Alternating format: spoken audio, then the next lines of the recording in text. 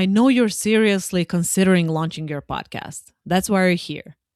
And I also know you've been seeing interview shows appearing on your feed left, right, and center every single day, and you fall into one of these two camps. Number one, you either think that's the only way to be a podcaster by having an interview show, or number two, you know recording solo episodes is the way to go, but interviews seem much less daunting. Whatever your camp, I got you. In today's episode, you will find out how to do interviews strategically in a way that benefits both you and your guest, because that's the whole point of doing it, right? If you want to launch a podcast that supports your business, I will always be an advocate of mostly solo episodes. And I'll link to the episode where I talk about why you shouldn't have an interview only show. But there is a time and a place for interviews as well, which is what this episode is all about. Let's go.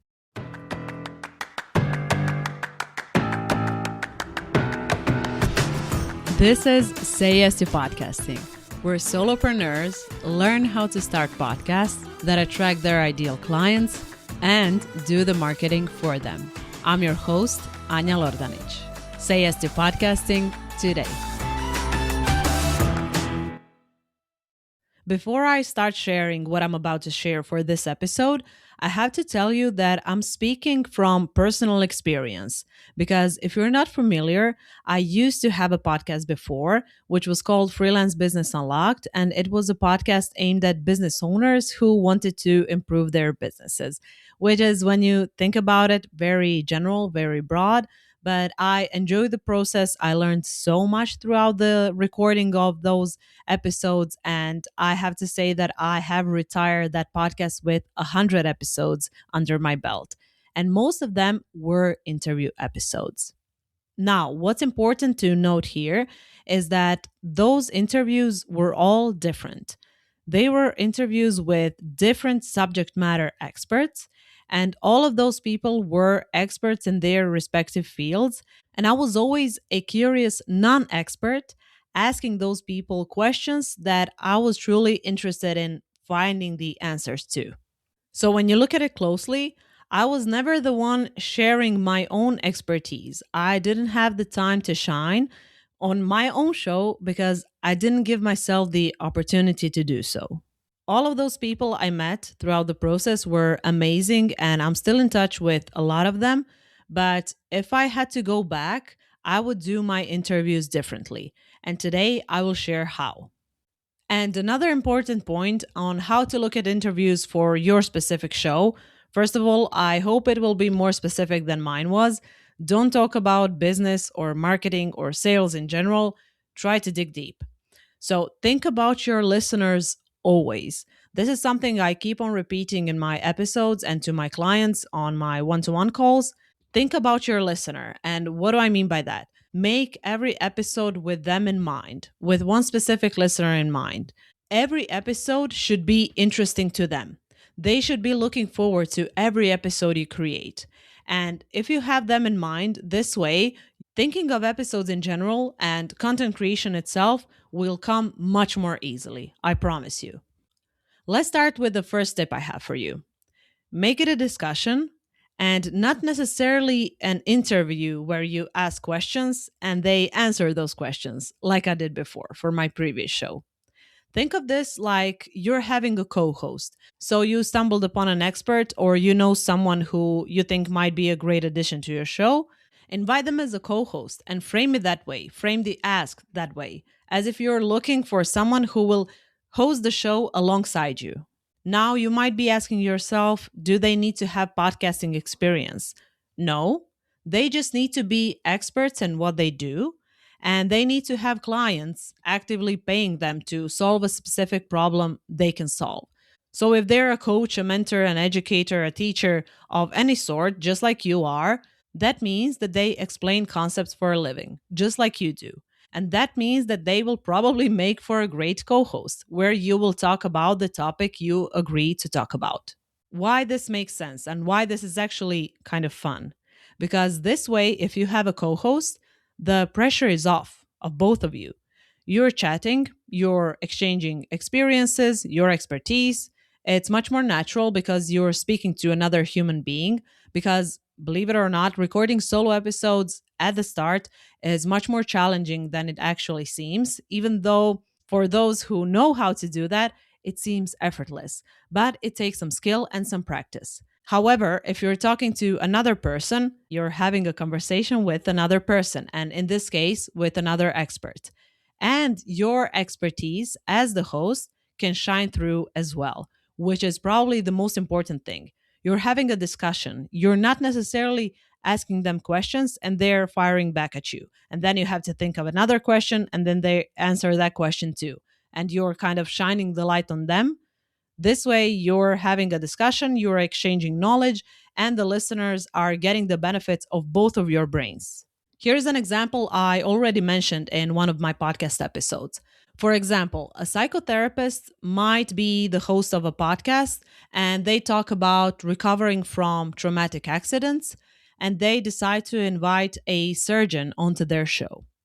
The listeners who are tuning in to that podcast have gone through a life altering accident and have been treated by a surgeon in the first step of their journey, but they're now in a different stage, but are very much interested in how this surgeon's point of view can help them in their healing journey. So, when you think about it, both experts, the psychotherapist and the surgeon, are well equipped to serve the same listener who is tuning in, but they're serving them in different ways. And those ways are unique to each of those experts. I hope it's now clear that the point of having a discussion or a co hosted episode, or framing it that way instead of having an interview episode, is that the guest is not taking away from your knowledge and expertise. Instead, they're adding to it, and the listeners are enjoying listening to both of you. The second tip I have for you, and this one is more practical, but I'm sure you will love it because every time I share this one, whenever I'm a guest on other people's shows, people really love it. The hosts love it. And this one requires some pre work and some skill, not gonna lie, but it's definitely worth it. So, the second tip I have for you is turn that interview or discussion or co hosted episode, whatever you like to call it, turn it into 2 episodes. So think about the topic you will be covering in advance. I mean, you should always do this, but this time we're being a bit more strategic or surgical to call on the previous example I mentioned. So think about what you'll be covering and break it up into 2 separate episodes. In very general terms, without knowing what your podcast is about, who your ideal guests are, I will share it like this very broadly. The easiest way to look at this is to cover the before state in one episode and the after state in the second episode, or talk about the theory of the topic in one episode and the practical part in the following episode. Let's use the psychotherapist and the surgeon example once again. The first episode they co create could be about the event their listeners are experiencing. So, the life altering accident their listeners experience, how this accident shapes them, the guilt, the frustration, the nostalgia, all the emotions the listener might feel. And the second episode might cover how to practically deal with those emotions in a busy daily life where it is not always easy to take time for yourself to reflect and recover. I hope that this gave you an idea for your own use case because this way you're essentially using one single time slot with that expert on the other side, and the results are 2 episodes that you co create. This is beneficial for you and the guest because, as I said, you have 2 episodes ready to go, and the guest has 2 opportunities to market themselves on your show. So you can see how it's well worth it to think about all of this in advance and to think about the questions strategically. And I'm not saying that you should script an entire episode, but instead think about the questions you will be asking in the first section of the interview compared to the other section of the interview so that those 2 episodes make sense by themselves and as a continuation of one another. Speaking of creating content that kills 2 birds with one stone, How about killing 4 episodes in 1 hour? I have to say, this sounded way smoother in my head. But what I love doing with my clients is to discuss 4 episode ideas via email, to talk about and plan them in advance, just like I described before, and then meet up and record them in 1 hour, 60 minutes. So you have 4 15-minute solo episodes, and then I let them go on their merry way while I handle all the post production stuff.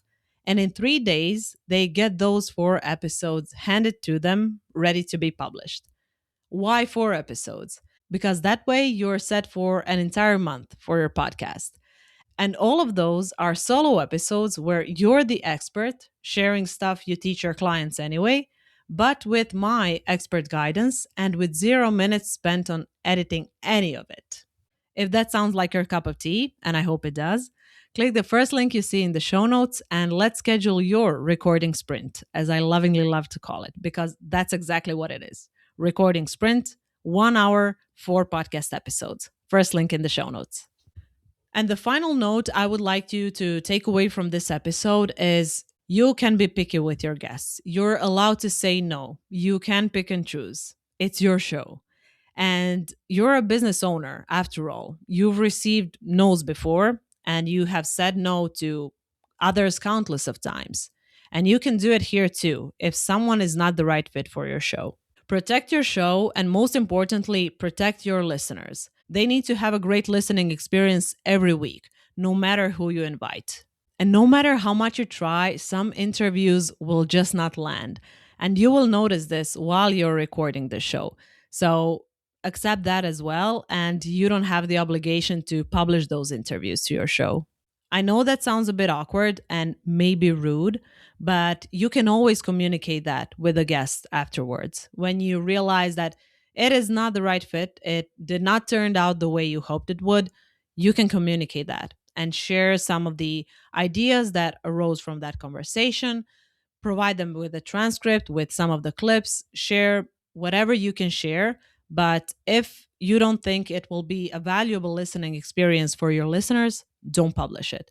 Always remember to protect your show, to protect your listeners, and to provide them with an A+ experience every week.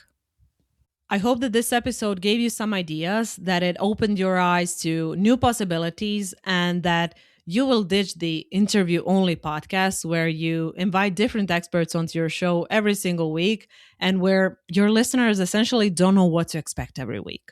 So try to be more strategic, look at interviews differently, and do your best to serve your listeners as they deserve to be served. I hope you enjoyed this one, and I will see you next week.